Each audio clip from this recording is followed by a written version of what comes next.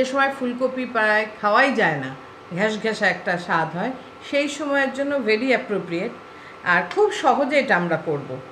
যে ভাত খাই বাসমতি চালের, যেই সাধারণ ডেইলিকার চাল, ওটাকেই একটু সাবধানে গোটা গরম মশলা দিয়ে ঝরঝরা করে ভাতটা করে নাও। এই দেখো আমার ভাত করা হয়ে গেছে। এই যে ভিতরে দেখা যাচ্ছে ছোট ছোট এলাচ দেওয়া আছে, 3-4টে এলাচ আছে, লবঙ্গ আছে, দারচিনি আছে। এমন আলাদা করে আমি কোনো চাল কিনিনি, চাল ভাত রেডি। ফুলকপি তো আমরা সব সময় গরম জলে একটু লবণ দিয়ে সেদ্ধ করেই নিই, কিন্তু সেদ্ধটা এমনভাবে হবে যে এই জায়গাটা একটু শক্ত থাকবে। এখানে আমি মাংসর মতন, মাংসতে যে আলু দিই সেই রকম আলু দিয়েছি, বড় বড়। এটাকে সামান্য একটু কর্নফ্লাওয়ার দিয়ে আর সামান্য হলুদ এবং লবণ দিয়ে আমি ভেজে নেব। কড়াইতে তেল গরম করতে দিয়ে দিচ্ছি। কর্নফ্লাওয়ার দেখো খুব কম, কিন্তু কর্নফ্লাওয়ার, ঠিক আছে, এটা দেব। আর হাত ধুয়ে নেবে, সব কাজ হাত দিয়ে।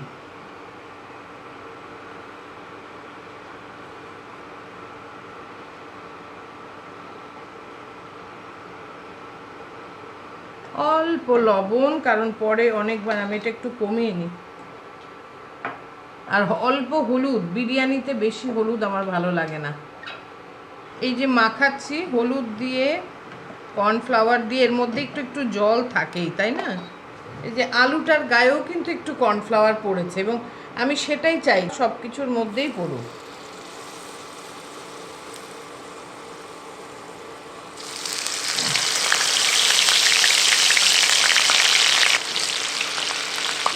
দেখো হলুদ সামান্য আকারে, সামান্য করে কিন্তু গায়ে লেগে আছে, হলুদ প্রায় দেখাই যাচ্ছে না। ফুলকপির বিরিয়ানি একদম যে চিকেন বিরিয়ানি বা এগ বিরিয়ানি, সেই স্বাদ কিন্তু আনা যায়।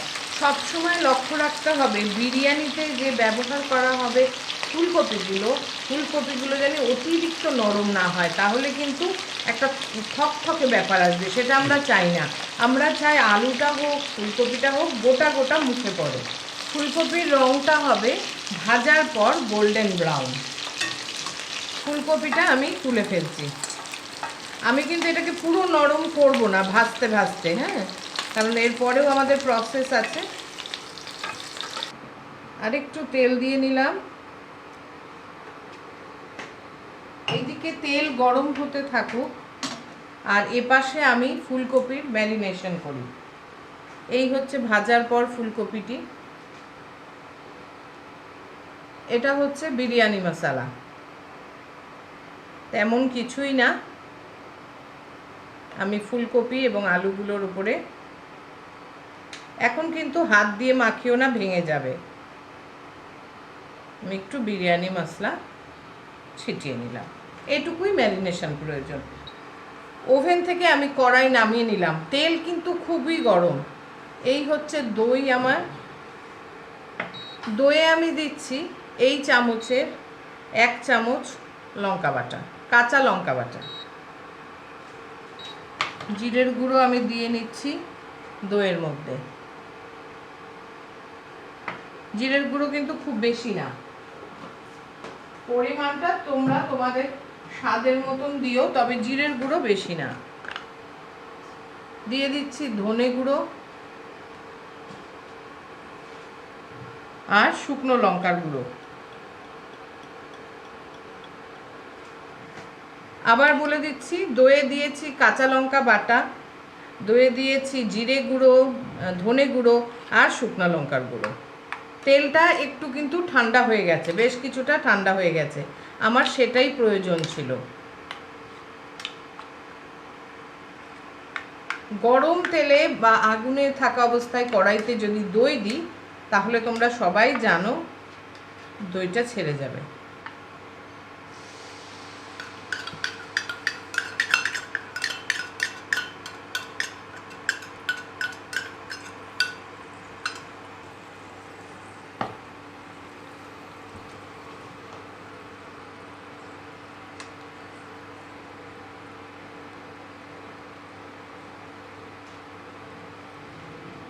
দেখো তেলের মধ্যে মশলা আলাদা করা যাচ্ছে, কারণ তেল হালকা। এই অবস্থায় আমি দইটাকে একটু একটু করে গরম করছি, তাতে মশলাগুলো দইয়ের সাথে ভালো করে মিশছে। কড়াইটা দেখো তোমরা আমার।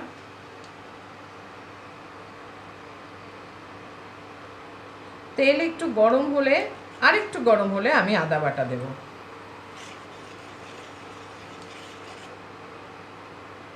এই দেখো, এই যে তেল, দইটা মেশা শুরু করেছে, বাবলস আসা শুরু হয়েছে।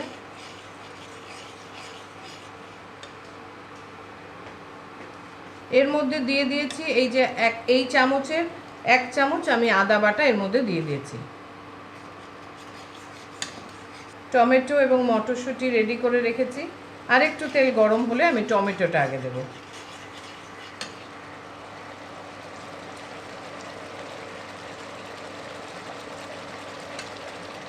মশলার সাথে টমেটোটাকে নরম করব। তোমরা লক্ষ্য করেছো কিনা, আমি কিন্তু ফোড়ন দিইনি, কারণ এই রান্নায় গরম মশলা এতবার ব্যবহার হবে যে তেলে দিলে যারা গরম মশলার গন্ধটা বেশি নিতে পছন্দ করো না, তাদের জন্য গন্ধটা স্ট্রং হয়ে যাবে। আমাদের বাড়িতেও সেই একই ব্যাপার। এই জন্য দেখো আমি দারচিনি, এলাচ নিয়েছি আর লবঙ্গ 2-3টা, এটা আমি এই সময় তেলে দিলাম।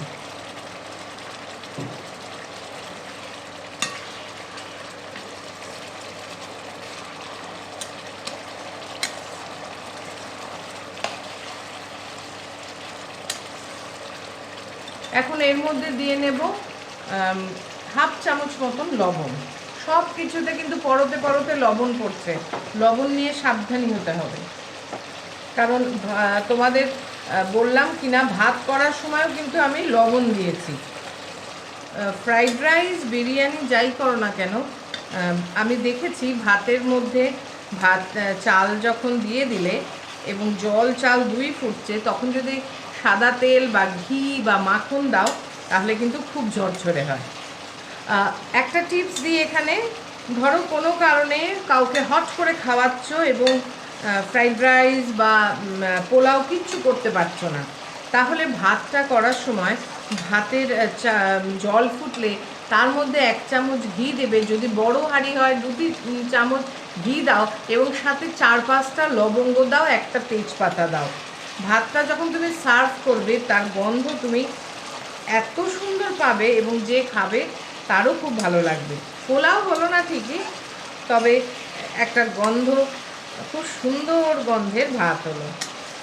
এইবার কিছুটা নরম হচ্ছে, টমেটোটা দেখো কন্টিনিউয়াসলি নাড়িয়ে যাচ্ছি। এবার এর মধ্যে দিয়ে দিচ্ছি ম্যারিনেট করা ফুলকপি।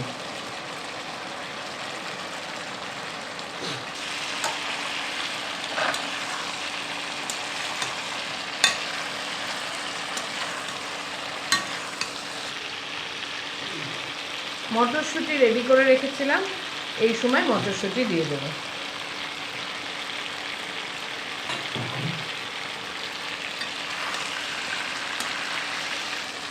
নাড়ানোটা খুবই সাবধানে, খুবই,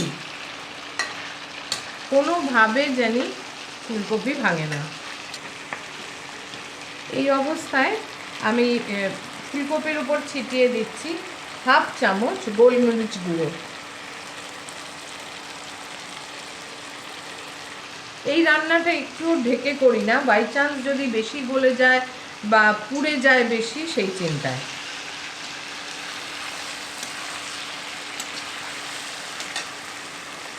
ফ্লেম কমিয়ে দিলাম।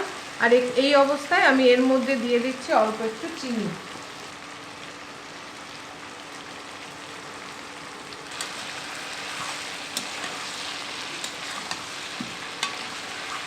চারিদিক দিয়ে দেখো ভালো করে তেল ছাড়ছে।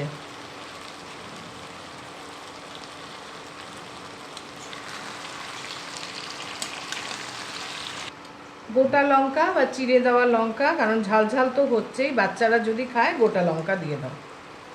আমি একটু ফ্লেমটা এবার বাড়িয়ে দিলাম। রান্না কিন্তু মোটামুটি রেডি। এবার আমি কি করব, এর উপর সামান্য গরম মশলা দিয়ে এর কিছুটা অন্য প্লেটে আমি বের করে নেব।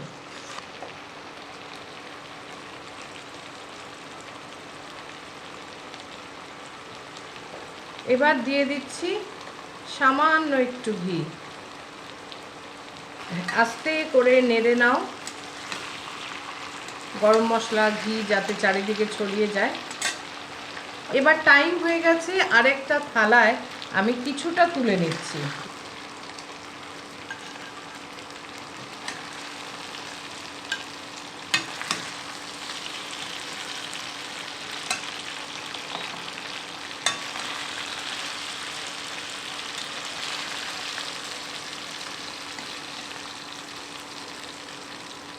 তুলে সাইডে রাখলাম।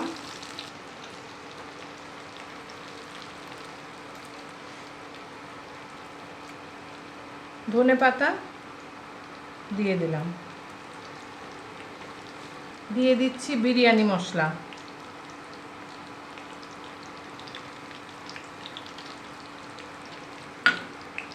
আমার রেডি ফার্স্ট লেয়ার। চালটা যেটা তোমরা রেখেছো পাশে, তার অর্ধেকটা এর মধ্যে দিয়ে দাও। ফ্লেম হবে একদম কম।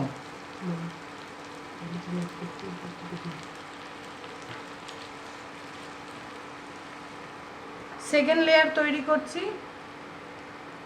সামান্য ঘি, বাকি ধনেপাতা,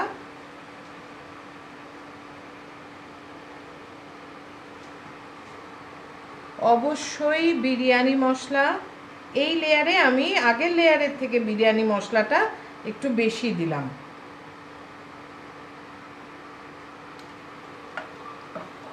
পাশে রেডি করে রাখা বাকি ফুলকপি।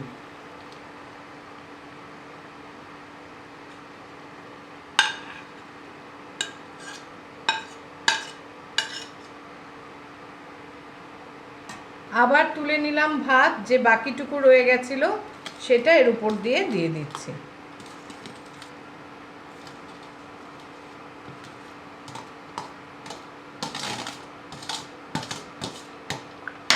পুরোটা আমি এবার দমে বসাবো।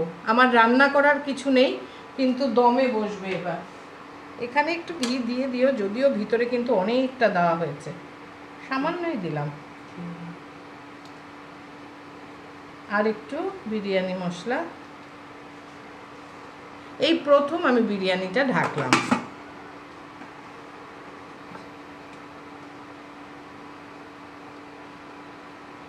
দু মিনিট দমে থাকবে, তারপর এটা খাওয়ার জন্য রেডি। আমি দিয়ে দিচ্ছি কেওড়া জল। অনেকে পছন্দ করো না, সেই জন্য নিজের স্বাদ অনুযায়ী কেওড়া জল ইউজ করো। কেওড়া জল দেওয়ার পর আমি 1 মিনিটের জন্য আটকে দিলাম। যা সুন্দর গন্ধ বেরোচ্ছে, তোমাদেরকেই প্রথম খাওয়াবো। দেখো এবার দেখতে কেমন লাগছে।